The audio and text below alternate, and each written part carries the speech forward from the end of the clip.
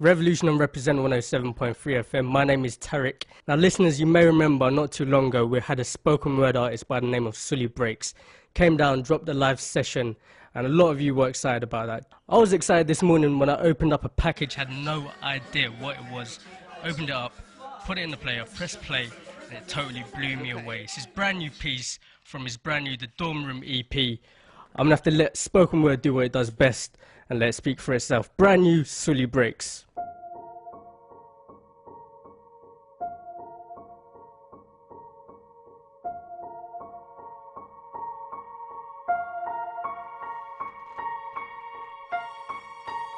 Right now, there is a kid finishing parents' evening in a heated discussion with his mother, saying, why does he have to study subjects he will never ever use in his life?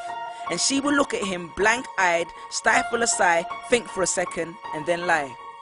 She'll say something along the lines of, you know, to get a good job you need a good degree, and these subjects will help you get a good degree. We never had this opportunity when I was younger. And he will reply, but you were young a long time ago, weren't you, Mum? And she won't respond, although what he implies makes perfect sense, that society's needs would have changed since she was 16. But she will ignore him, grip his hand more sternly, then drag him to the car. But what she doesn't know is that she didn't ignore him just to shut him up.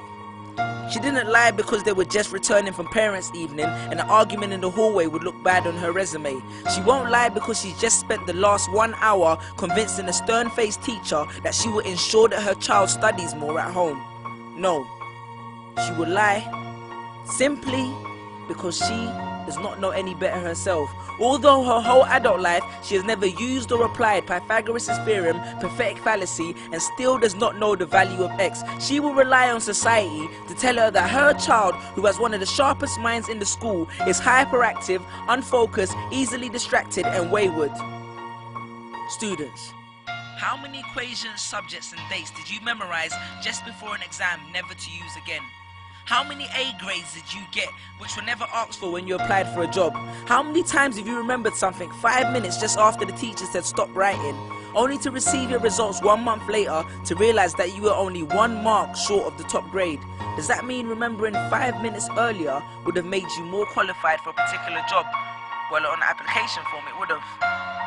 We all have different abilities, thought processes, experiences and genes. So why is a class full of individuals tested by the same means? So does that mean Sherelle thinks she's dumb because she couldn't do a couple of sums? And if this issue is not addressed properly, it then becomes a self-fulfilling prophecy. Then every school has the audacity to have a policy on equality. The irony. Exams are society's methods of telling you what you're worth. But you can't let society tell you what you are, because it's the same society that tells you that abortion is wrong but then looks down on teenage parents. The same society that sells products to promote natural hair, looks and smooth complexion, with the model on the box half photoshopped and has fake lashes and hair extensions, with pastors that preach charity but own private jets, imams that preach against greed but are all fat, parents that say they want educated kids but constantly marvel at how rich Richard Branson is, governments that preach peace but endorse wars, that say they believe so much in the importance of higher education and further learning, then why increase tuition fees every single year? I believe Miss Jefferson when she took me into the office and said that my exams would be imperative to my success, because we was taught to always follow when Miss Jefferson led. But then I took Jefferson out of the equation and learned to think for myself. I realized we was taught to always follow when Miss led. The irony.